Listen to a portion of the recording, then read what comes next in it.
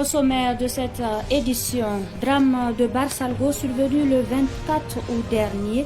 Le Premier ministre Apollinaire Kyelem de Tambela dénonce le non-respect des consignes du chef de l'État pour protéger les populations. Selon lui, cela a été possible parce que nous avons été dupés. Il s'est exprimé sur le sujet lors de la traditionnelle montée des couleurs au sein de la primature. C'était ce matin. Des produits périmés et impropres à la consommation sont de plus en plus saisis. Ces produits vendus sur le marché national constituent un danger pour la santé. À qui la faute? Les citoyens se prononcent sur cette situation. On vous en dit plus dans ce journal. Voilà pour les titres. Mesdames et messieurs, bonsoir et bienvenue à tous. Le Premier ministre Apollinaire Kyelem de Tambela, lors de la cérémonie de montée des couleurs au sein de la primature ce matin, a souligné l'importance de respecter les instructions du chef de l'État en matière de sécurité, en référence à l'attaque de Barsalgo survenue le 24 août dernier.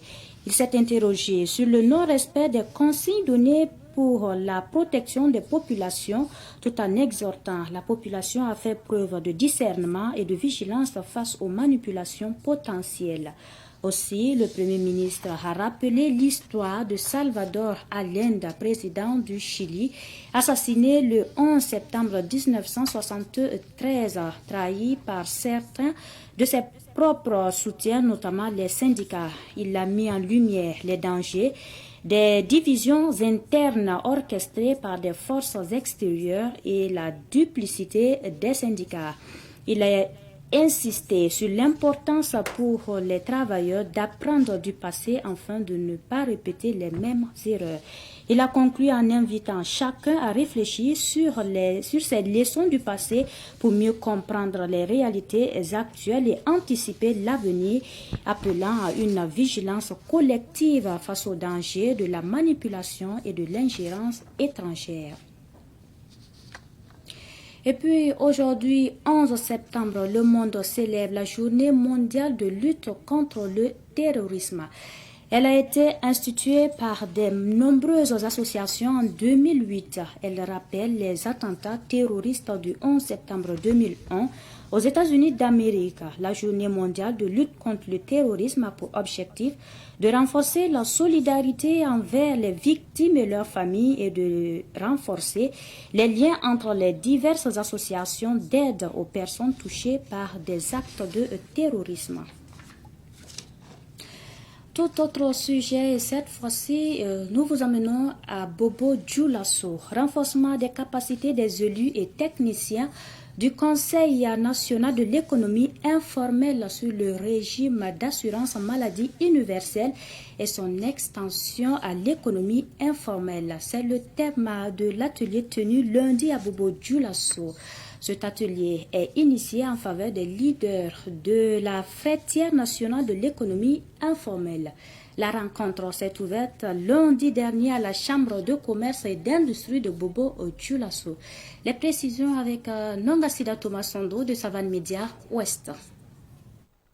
Outiller les membres du Conseil national de l'économie informelle du Burkina Faso sur la protection sociale en santé et la mise en œuvre du régime d'assurance maladie universelle RAMU, c'est l'objectif général de cet atelier de formation organisé à l'égard des leaders de la fêtière nationale de l'économie informelle. Selon les participants, cette formation est à féliciter. Cette formation est très pertinente, très importante et utile même d'ailleurs pour nous et pour tout le monde parce que cela va nous permettre de garantir notre santé pour pouvoir bien travailler. Parce que cela va nous aider.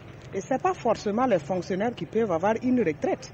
Mais nous, en tant qu'entrepreneurs, en tant qu'acteurs de l'économie informelle, si nous sommes vraiment bien organisés, nous pouvons avoir une bonne retraite assurée. En tout cas, cette formation, c'est la bienvenue pour nous.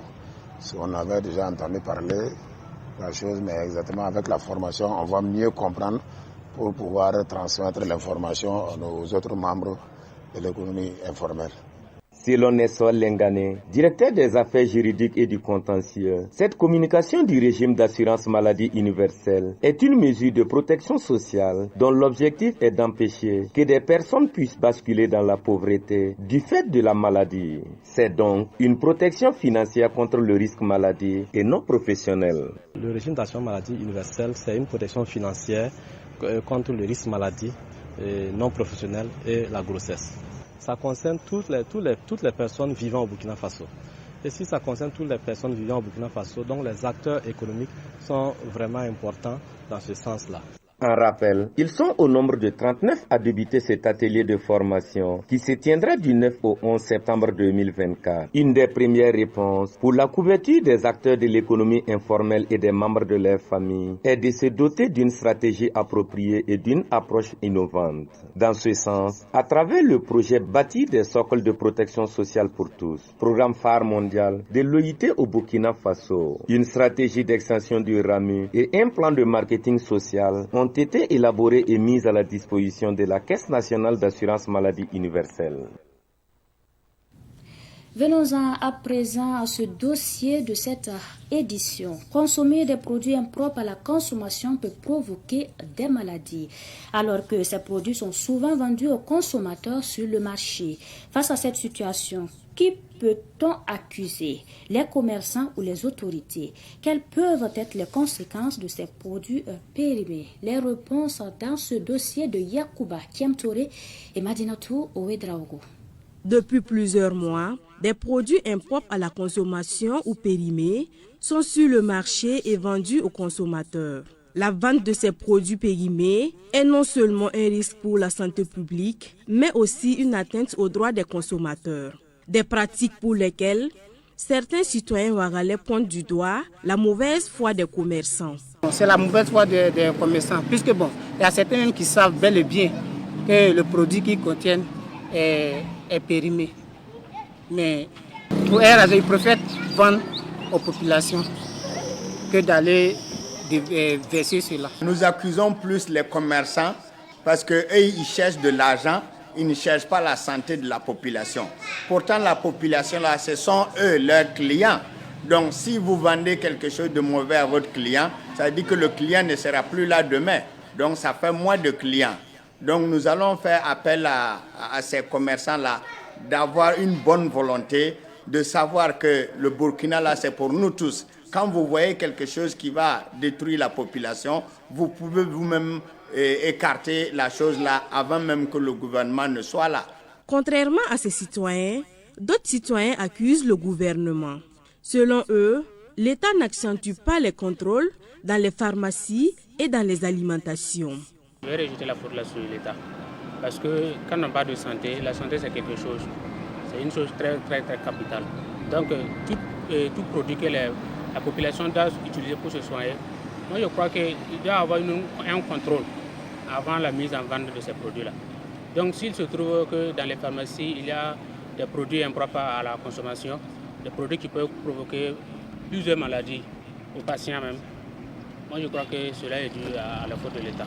Nous allons aussi faire appel au gouvernement de vraiment faire l'effort pour que les agents vont contrôler beaucoup les choses qui sont périmées là. Comme ça va donner la santé à la population, quoi. Il est donc essentiel de faire attention à la date de péremption des produits que nous consommons. Consommer des produits périmés peut entraîner des problèmes de santé, notamment des intoxications alimentaires et des infections. Quand on fabrique un produit, il y a une date limite à ne pas dépasser. Et quand nous consommons ces aliments périmés, on peut avoir de l'intoxication alimentaire. Et une intoxication alimentaire se manifeste en fait par quoi? Par la fièvre, par les nausées, par les diarrhées et par les vomissements. Vous savez que quand on fait la diarrhée, quand on vomit beaucoup, on perd de l'eau qui peut amener une déshydratation, qui peut même nous amener au coma et même à la mort.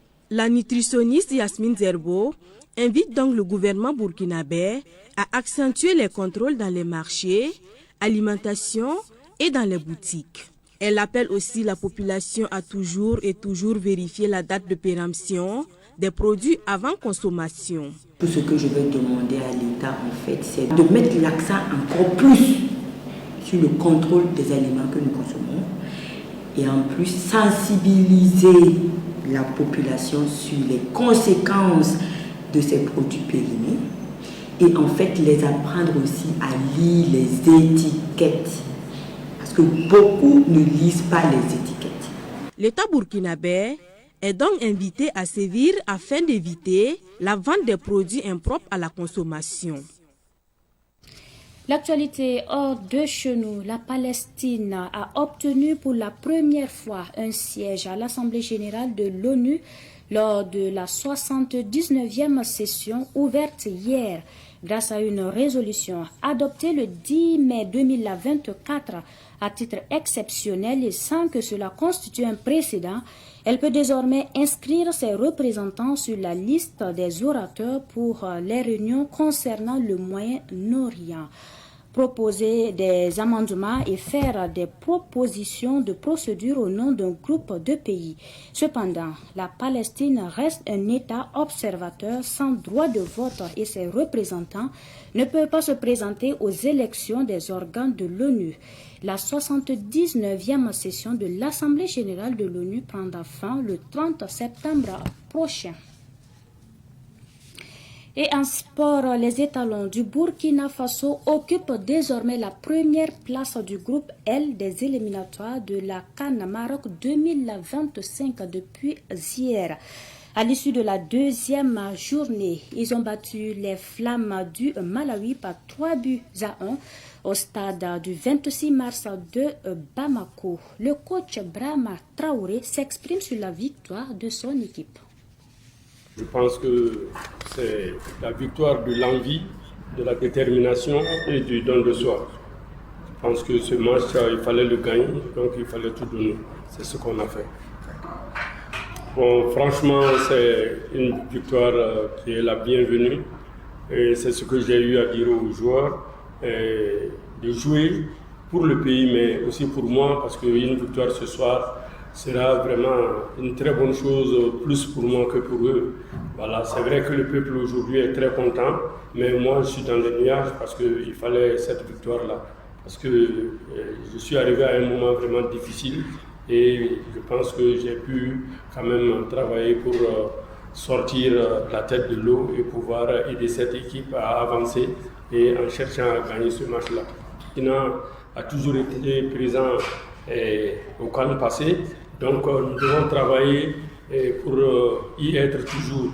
Donc il reste encore des matchs assez difficiles, mais nous allons tout mettre en œuvre pour que ces matchs-là, nous puissions bien les aborder en cherchant à d'abord connaître l'adversaire et à pouvoir mettre un plan pour chaque adversaire. Toujours pour parler de la victoire des étalons, dans la commune de Saba, près de Ouagadougou, c'était la joie hier nuit après cette victoire. Retour sur l'ambiance avec Daouda Yamego. C'est le jardin Espace Mon Village qui a servi de cadre pour ses supporters de suivre en direct le match des étalons face aux Flammes du Malawi sur un écran géant. Assis à même le sol, chacun donne de la voix comme pour pousser le 11 national à la victoire.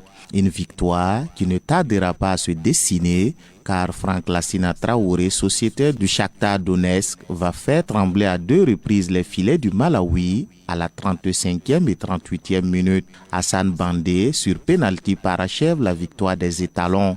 Score final 3-1. Une victoire saluée par les populations.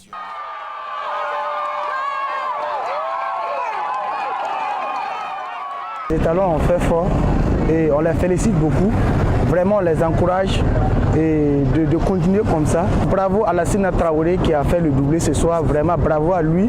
Vraiment, nous sommes très contents de lui et que s'il continue comme ça, vraiment, on pense que les étalons vont partir loin. Je suis venu sur le ballon, je suis content parce que notre pays a gagné. Ils ont amené la victoire pour la nation. Ce soir, vraiment, ce que les étalons nous a fait, c'était vraiment très cool. C'était vraiment très bien. S'il continue comme ça, on va toujours gagner et on va aller de l'avant. Vraiment, c'était vraiment très bien. Et tout ce qui manque, c'était vraiment juste la défense. À part la défense, là, tout était vraiment super. C'est performant. Nous nous pensons qu'en tout cas, il y a de l'évolution avec ces changements de ces derniers temps-là. En tout cas, on sent qu'il y a de l'évolution.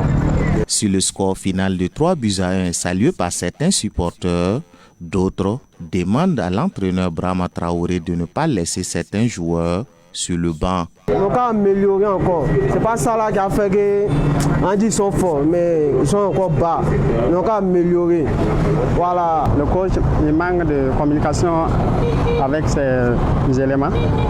Il parle pas, il n'appelle pas ses joueurs. Et puis, défense, et puis à l'attaque aussi, c'était formidable. Seulement le milieu est faible. Il y a certains joueurs, ils ne méritent pas qu'on les mette au banc. Voilà, il laisse des bons joueurs. Par exemple, le 21 qui vient de rentrer avec Aziski. Je trouve que Aziski est bon à l'attaque. Donc je pense qu'il y a certains joueurs aussi qui doit leur donner de la chance aussi. Parlant de Bertrand Traoré aussi, bon, je pense que si Bertrand était là, la présence de Bertrand pouvait au moins augmenter le score de notre part. Les étalons croiseront les crampons avec les Hirondelles du Burundi en aller et retour le 7 et 15 octobre prochain, toujours dans le cadre des éliminatoires de la CAN 2025 au Maroc. Et pour terminer, la 9e édition du Maracana Fair Play a pris fin le week-end dernier avec le sacre de Futuro Star de Rimkieta. Revenons sur cette finale avec Ruben Wilson Kodio.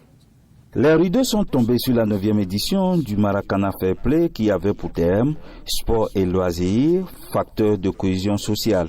La finale qui mettait aux prises Futurista de Rimkieta et FCEB de Bilbao a eu du temps pour désigner son vainqueur. Mais au finish, Futurista, sur un but inscrit à la deuxième période de jeu, remporte le trophée. Même si on est jeune, on a un peu d'expérience et on a déjà joué beaucoup de finales cette année. Donc ça nous a donné petit avantage et puis on était aussi motivés que voilà, on a tout donné pour remporter ce trophée, même si c'est notre première participation. Dès le début, il y a du sérieux, il y a le travail, il y a l'organisation, tout ça là. Donc ça nous a motivés aussi de venir remporter ça. Voilà, on a vu du sérieux dedans. En plus du football, les jeux de société étaient également au menu de cette édition, d'où une satisfaction générale pour les organisateurs. Tout d'abord, ça a commencé sur une idée avec des amis. On s'est assis et on s'est dit pourquoi pas. Le quartier n'avait pas de tournoi à son sein. On a dit pourquoi pas organiser et réunir la jeunesse. Et c'est parti sur un coup de tête il y a 9 ans de cela. Parce que là, on est à la 9e édition. Donc on a commencé sur une semaine. On a pris le tournoi sur une semaine avec 4 équipes. Et petit à petit, on a commencé à avoir certaines équipes de différents quartiers. Et là, cette 9e édition, on l'a joué avec 68 équipes. Et ceux qui ont bataillé pour arriver en finale, ils ont bataillé dur. Et vous voyez que c'est l'équipe Futuro Star de Rimkieta qui sont à leur première édition, leur première participation et leur premier trophée. Et c'est à saluer vraiment. Notons que cette édition avait démarré le 15 juillet 2024 avec au départ 68 clubs. En clôture de cette édition, le comité d'organisation a fait un don de riz au profit des personnes démunies.